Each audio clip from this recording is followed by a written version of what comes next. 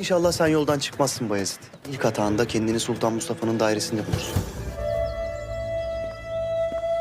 Sebenarnya kasihan ya jadi Bayezid ini. Bayezid lahir di rahim yang salah. Punya ibu yang ambisius, rela melakukan apapun, dan juga mengorbankan apapun. Hingga membuat Bayezid akhirnya dimusuhi oleh saudaranya, dan lebih buruknya, membuat Bayezid berada di tepi jurang. Padahal Pangeran Bayezid adalah pangeran yang baik, pemberani, dan juga setia.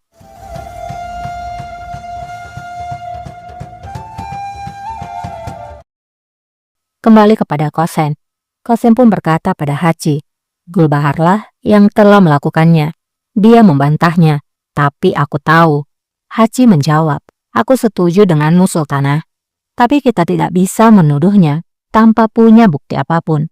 İspat edene dek emin olamayız.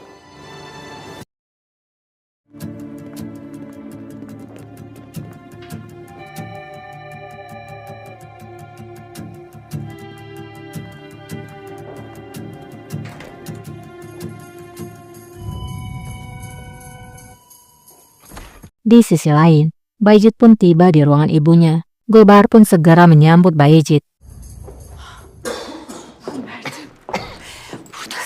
Dia memeluknya, kemudian berkata, Pangeran pemberaniku. Melihat tangan Bayezid yang terbakar, dia pun bertanya, apa yang terjadi pada tanganmu? Bayezid menjawab, itu bukanlah masalah besar Valide. Gulbahar kemudian berkata, aku sangat khawatir padamu. Bayezid menjawab, itulah mengapa kamu mengirimkan Sinan Pasha untuk mengejarku. Gulbahar menjawab, memangnya kenapa sayangku? Apakah peduli dengan keselamatanmu adalah hal yang salah? Ne emniyeti valide? Bayezid menjawab, peduli dengan keselamatanku. Sekarang, Raja mengawasiku. Aku tidak tahu apakah Raja akan percaya padaku setelah apa yang terjadi hari ini. Bugün olanlardan sonra bana nasıl itimat edecek hiç bilmiyorum. Gulbahar pun bertanya, apa yang terjadi? Bayezid pun menceritakan apa yang terjadi. Seorang wanita datang pada kami. Dia mengatakan pada Raja bahwa Raja gagal melindungi rakyatnya dan juga rasa sakit mereka. Dan bagian paling terburuknya, wanita itu melihat kepadaku. Dia berteriak bahwa akulah yang pantas duduk di atas tahta daripada Raja. Kime aykırıdır? Abi ne dedi? Gulbahar pun bertanya, lalu apa yang kakakmu katakan? Apakah dia melakukan sesuatu? Bayezid menjawab, tidak ada. Raja tidak melakukan apapun pada wanita itu. Kami kembali ke istana. Raja tidak mengatakan apapun sepanjang perjalanan. Dia juga tidak berbicara padaku. Gulbahar pun berkata, sungguh disayangkan dia mendengar faktanya. Namun bagaimanapun, itulah yang dipikirkan oleh rakyatnya. Itu bukanlah kesalahanmu. Senin ne günahın var? Benim bir günahım yok. Bayezid menjawab, itu memang bukan kesalahanku, tapi kesalahanmu. Mungkin Raja telah mengetahuinya. Valide, jangan melakukan apapun yang melawan kakakku. Jangan bertemu dengan siapapun, termasuk Sinan Pasha. Nampaknya Bayezid semakin ketakutan. Kata-kata wanita itu dan kata-kata Pangeran Kasim telah mempengaruhinya. Bilmeyeceksiniz. Sinan Paşa dahil. Bayezid. Namun berbeda dengan ibunya, Gulbahar menjawab, ini bukanlah waktunya untuk takut Bayezid. Sebaliknya, kita harus menegakkan kepala kita dan berdiri tegak. Jika kita patuh, maka mereka akan memenggal kita. Boynumuzu vururlar. Di lain sisi, dokter pun sedang memeriksa Atike Sultan. Dokter berkata, Sultana, ini baik untukmu. Obat ini akan menenangkan perutmu. Midenizi rahatlatır. İstemiyorum İsmet. Namun Atike menghempaskan obat itu dan berkata, aku ingin sendirian. Bırakın beni. Putri yang melihat hal itu lalu berbicara, keluarlah, akulah yang akan mengurusnya. Semuanya pun lalu keluar. Putri duduk di dekat Atike. Atike lalu berbicara dengan marah. Görüyorsun değil mi Cevher Hanım? Apakah kamu melihat Geverhan? Dia tidak tahu malu. Bagaimana bisa dia bertanya bagaimana keadaanku? Setelah sekian lama, dia telah berbohong padaku dan masih berbohong. Bunca zaman yalan söylemiş hala da devam ediyor riyakar. Putri menjawab, kamu harus tenang. Apa yang akan kamu lakukan? Semakin dalam kamu masuk, maka semakin kamu akan terluka. Atike pun menjawab, apakah kamu pikir aku peduli, Faria? Ketika aku melihat mereka bersama, aku sangat menderita.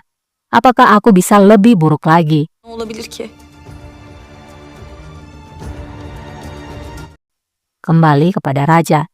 Raja pun berbicara dengan ibunya. Raja berkata, api ini mengingatkanku pada musim dingin yang membekukan Laut Bosporus Valide.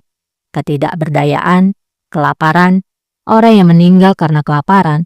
Saat musim dingin itu, rakyat mengatakan bahwa bencana itu terjadi karena almarhum dari kakakku Sultan Osman.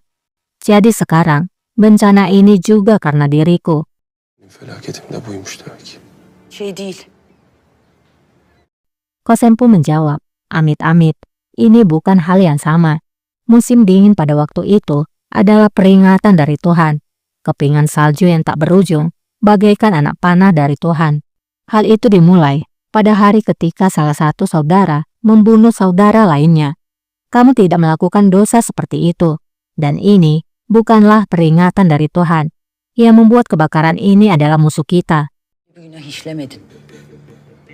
Mendengar kata-kata Kosem, Raja pun bertanya, apakah kamu tahu sesuatu? Kosem pun menjawab, seseorang telah membuat salinan dari segelku, menulis surat atas namaku. Kemudian, mereka mengumpulkan para pejabat tinggi di pelabuhan dan membakar mereka hidup-hidup. Dan kamu tahu pada akhirnya, mereka telah mendeklarasikan perang. Alenen savaş açtılar. Mereka melakukan apa yang dilakukan oleh orang kafir selama berabad-abad dan membuat ibu kota terbakar. Raja pun akhirnya mengerti bahwa semua yang terjadi adalah ulah musuhnya, bukan karena pertanda dari Tuhan. Sadece payitahtımı değil. Raja kemudian berkata, bukan hanya ibu kotaku, mereka juga telah membakar belas kasihanku. Apakah kata-kata raja itu mengartikan dia akan semakin kejam dan tidak lagi mau mengampuni? Kita akan mengetahuinya seiring waktu.